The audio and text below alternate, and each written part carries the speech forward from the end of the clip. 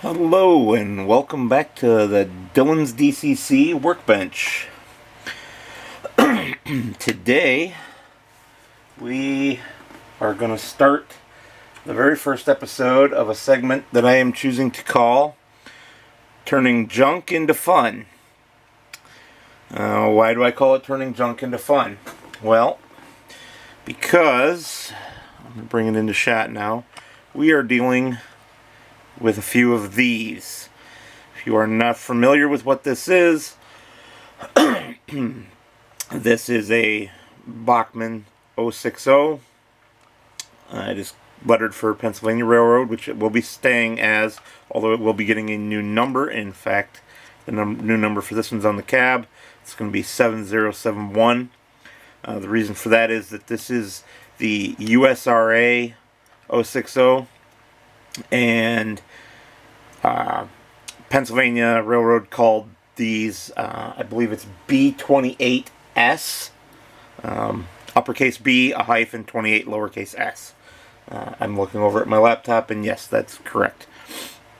And the number range for these ran from 7007 to 9,405. So the number 3233 actually belonged to a completely different class and wheel arrangement. So I'm going to take care of that while I fix these. I will be doing 3 of these in total. I'm only going to do 1 on camera. This particular one is actually done. It is already complete except for the pilot. The original pilot on this one was busted off. You can see it's pretty jagged there. I have a new pilot for it coming. I didn't get a whole new bottom plate from Bachmann, which I could have done. Instead, I just got a pilot that's actually more correct for the locomotive that I have coming. And it will allow me to install a front coupler as well, which is something that the original pilot does not allow. In fact, let me grab the third one.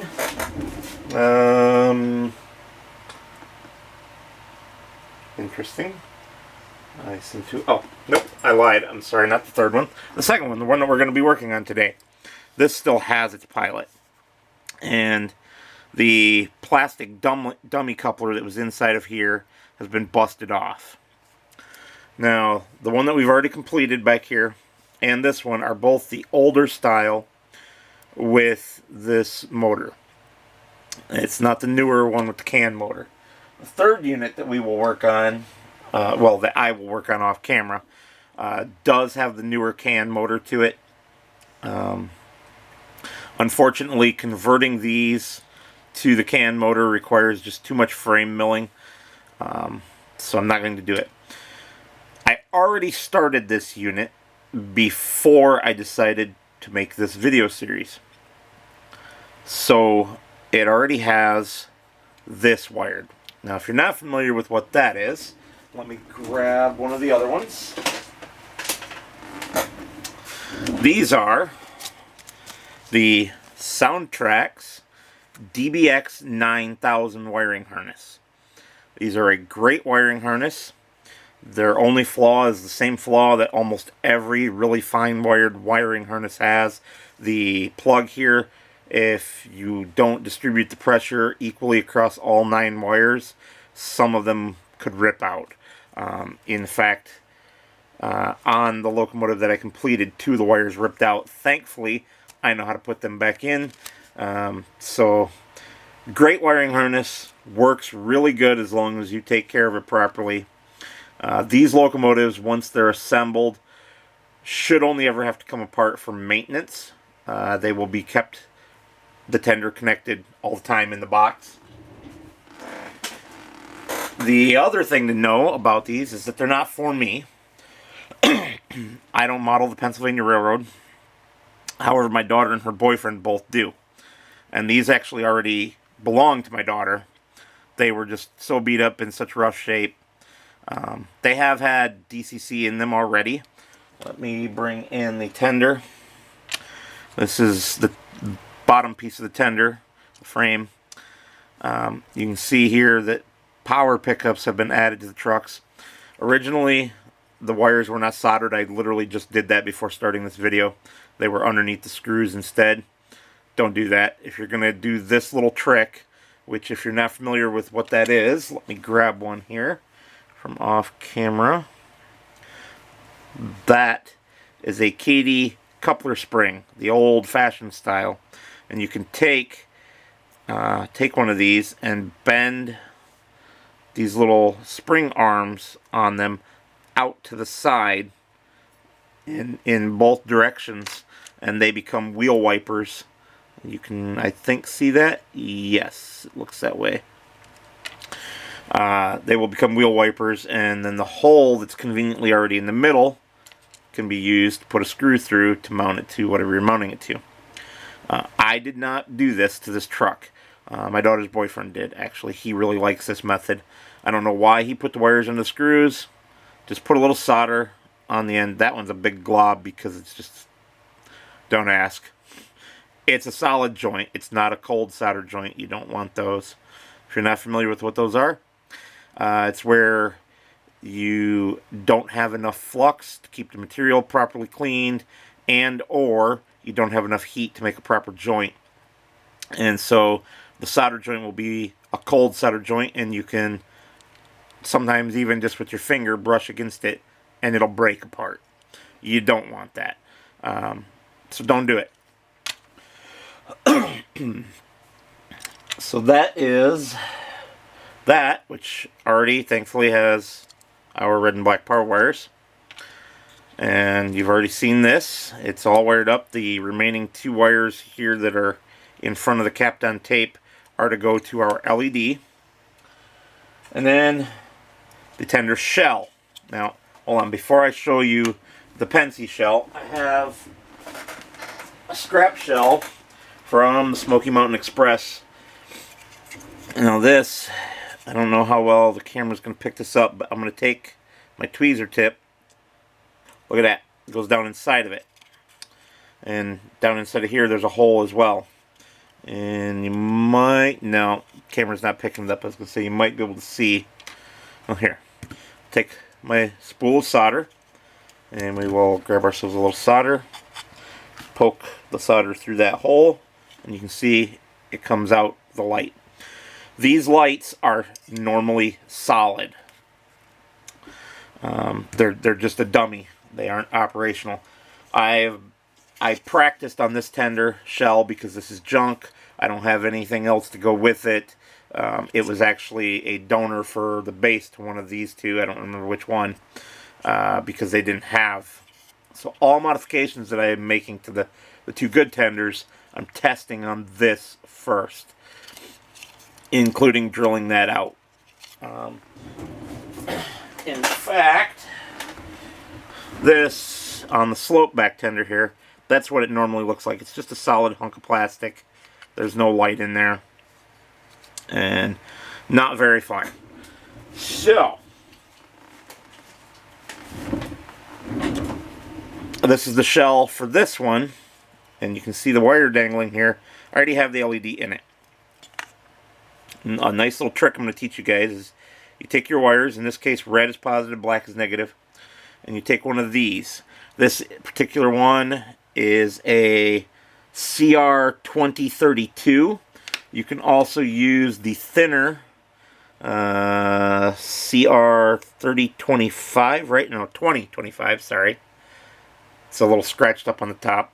And you just take these button cell batteries. It's got to be the 3-volt battery. You put the positive on the positive, whoops, the positive on the positive, and the negative on the negative, and voila, we can see that our light works. You can do that also. Let me grab one from our shot here. If you have one of these standard 3mm LEDs, like this particular one I believe is a Miniatronics, I'm not 100% sure on that. If you have one of these button cell batteries, you can just slide it between the leads like that, and voila, blind you guys. we know that this works. So that's a great little trick. I test LEDs, especially this particular kind that I installed in here, which I will grab the second of to show you. You see the tip of my finger, and you see how small that LED is.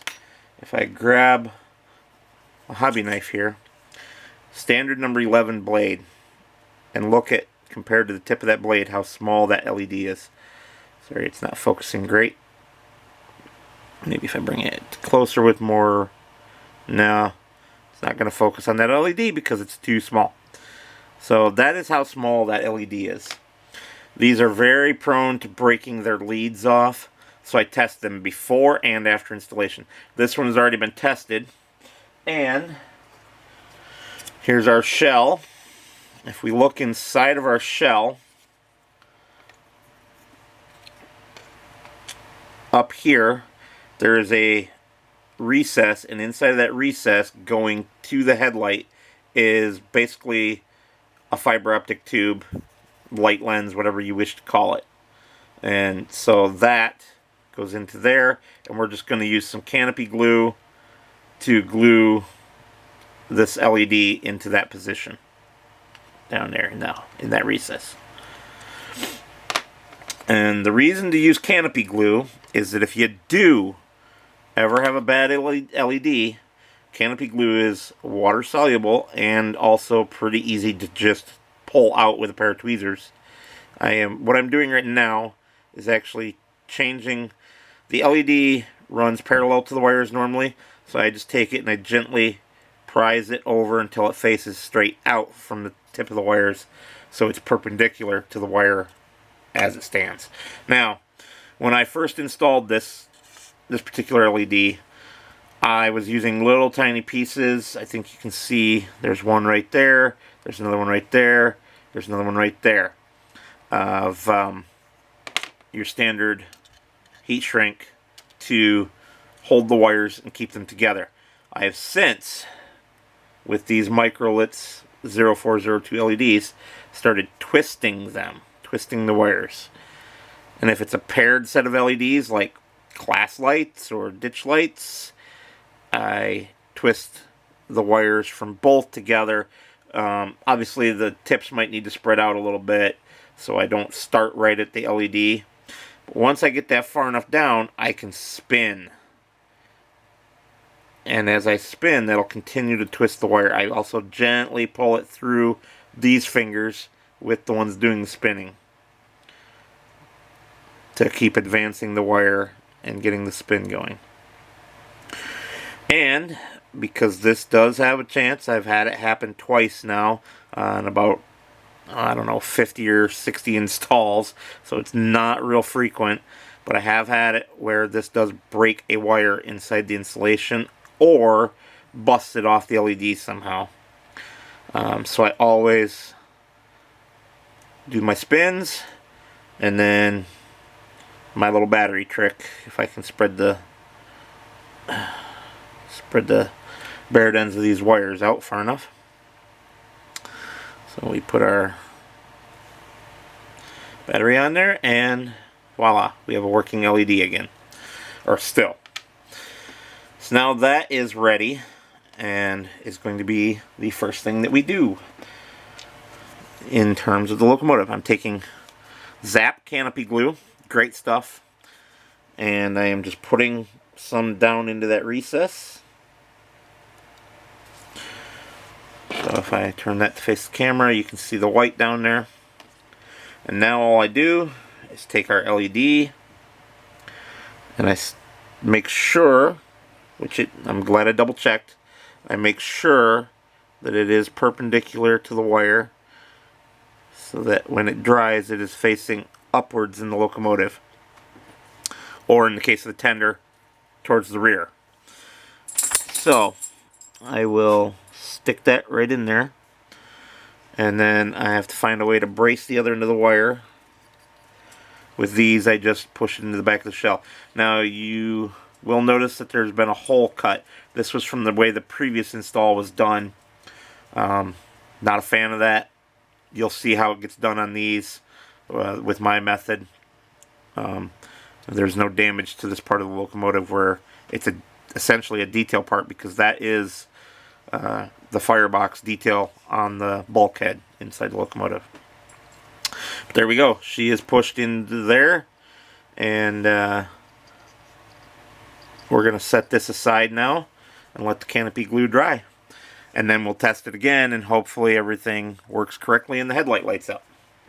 So we're also going to set our tender shell aside because we no longer need that for the moment. And that allows us to come back to here, or more importantly, here. The only thing we have left to do on this is actually take this and get it mounted to the tender. So that's part one, and then, of course, connect the LEDs. We'll trim these wires back because the LED has plenty of wire of its own, which we'll also have to trim back. Now, the LED needs a resistor, and in this particular case, it is a yellow, purple gold. Or, I'm sorry, yellow, purple, brown gold, which is a 470 ohm resistor. And it is the lowest value of resistor that you want to use in your HO scale locomotives. Typically, for my own locomotives, I actually run a 680, I think it is, or an 820. I always forget. I stick with standard value resistors. I don't go to the ultra fine granular values because they tend to get pretty expensive. These standard values are all pretty price reasonable, especially if you buy them in bulk, like I do. I buy them usually 1,000 at a time. This is a whole bandolier, well, the remnants of a bandolier of 470 ohms. Now, you're probably wondering, why do I have so many 470 ohm when I use a higher value in mine? Which, the higher value lowers the current, and current is what will really damage your LED, not voltage. It is current that will kill it. The lower the current, the longer the lifespan of the LED. I don't remember the exact values off the top of my head. I use the DigiKey calculator, which I will link in the description below this video, with values of 15 for the supply voltage, 3 for the LED forward voltage, and then what current I want. And I believe that this is either, you know what, rather than guessing, I will just pull the calculator up on the laptop while we are chatting here. The DigiKey calculator. Oh, bookmarks. Way too many of them for model railroading. Shoot, where is it? Bear with me one moment, everyone. I'm sorry. Taking a minute here. I am apparently blind because I do not see it in my bookmarks, but I know that it's in here. Okay, I've got it pulled up now. So 15 for our supply voltage, and I will record this at some point how to do this, just to show you guys. Forward voltage of the LEDs is 3 volts, and I think it's 20 milliamps. It's either going to be 20 or 25. Nope, it's 25. 25 milliamps, which is what the majority of your hobby LEDs, like the 3mm one that I showed you earlier from Minitronics, are rated to run at. In fact, Minitronics will provide you with 470 ohm resistors in the package with the LEDs. They also provide you with 240 ohm, which is, you can use 2 of those in series to get the correct, or close to the correct value, or you can use them on lower voltage supplies, lower supply voltages. So it looks like it's actually 25.45 milliamps. Comes out to, or I'm sorry, nope, I lied to you. It is 25.51 milliamps, comes out to 470.404. If we go 25.52 on the calculator, that comes out to 270.29, or 470.219 rather. And you can just play with that. Going to what I prefer, which is to run them at about 15 milliamps, that gives you an 800 ohm resistor. If I want a little bit brighter, I'll run it at about 18, which is 666.66 continuing forever. The closest standard value to that is 680, which will actually be like 17.5-ish, I think. Yeah, 17.4-ish.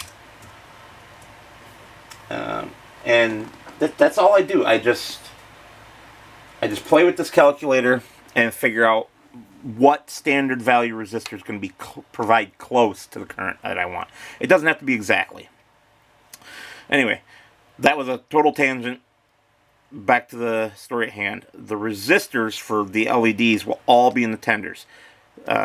So there will be no resistor in the locomotive. If you hook this up to something where the lighting output, which that's assuming you've even wired this piece the same as I'm going to, if you hook this up to something where the lighting output doesn't have a resistor on the other side, you're going to blow your LED.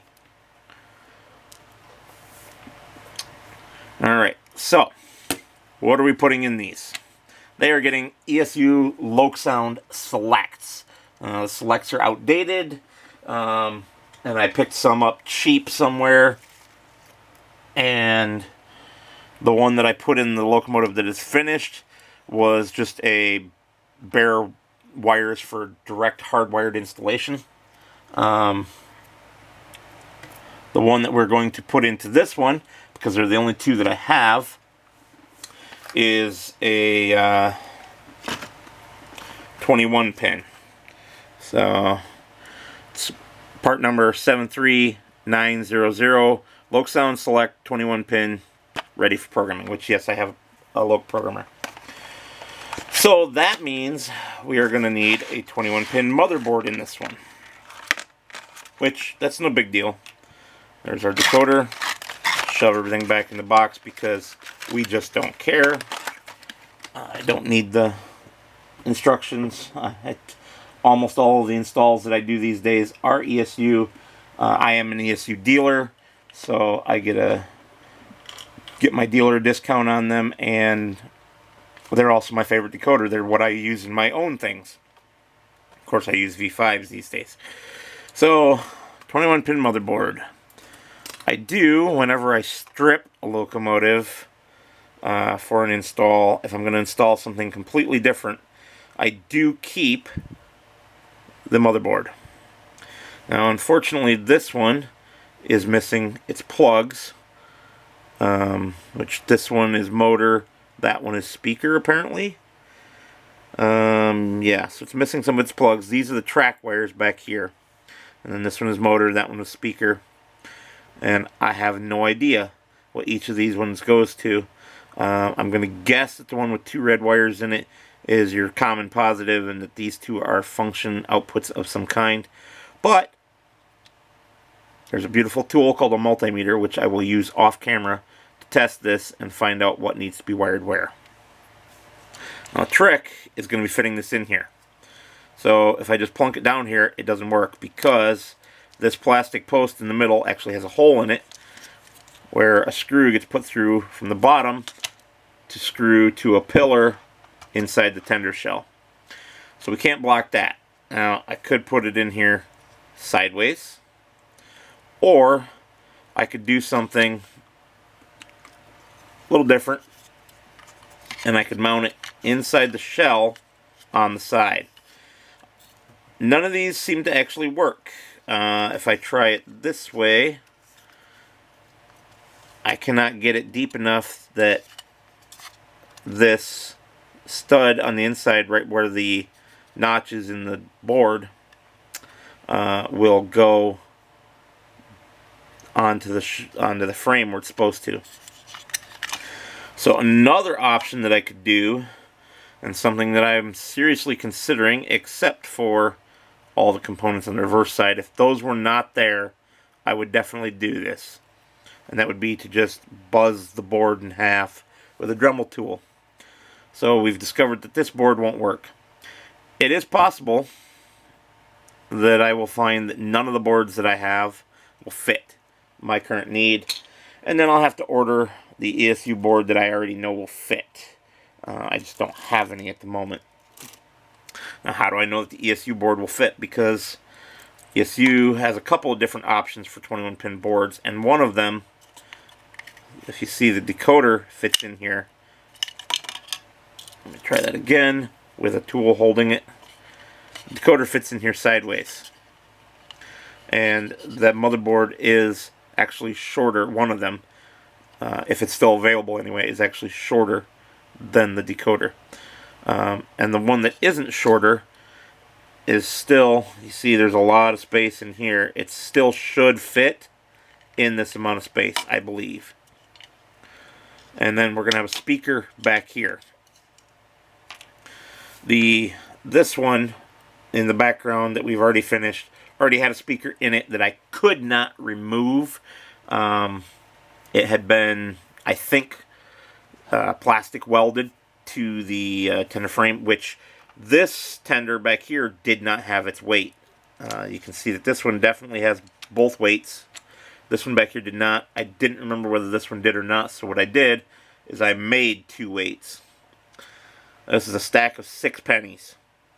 And if you put the stack of 6 pennies in there, like so, and then glue it down or something, that's a good amount of weight. It's not the greatest, but it gives the tender enough weight that it should track well.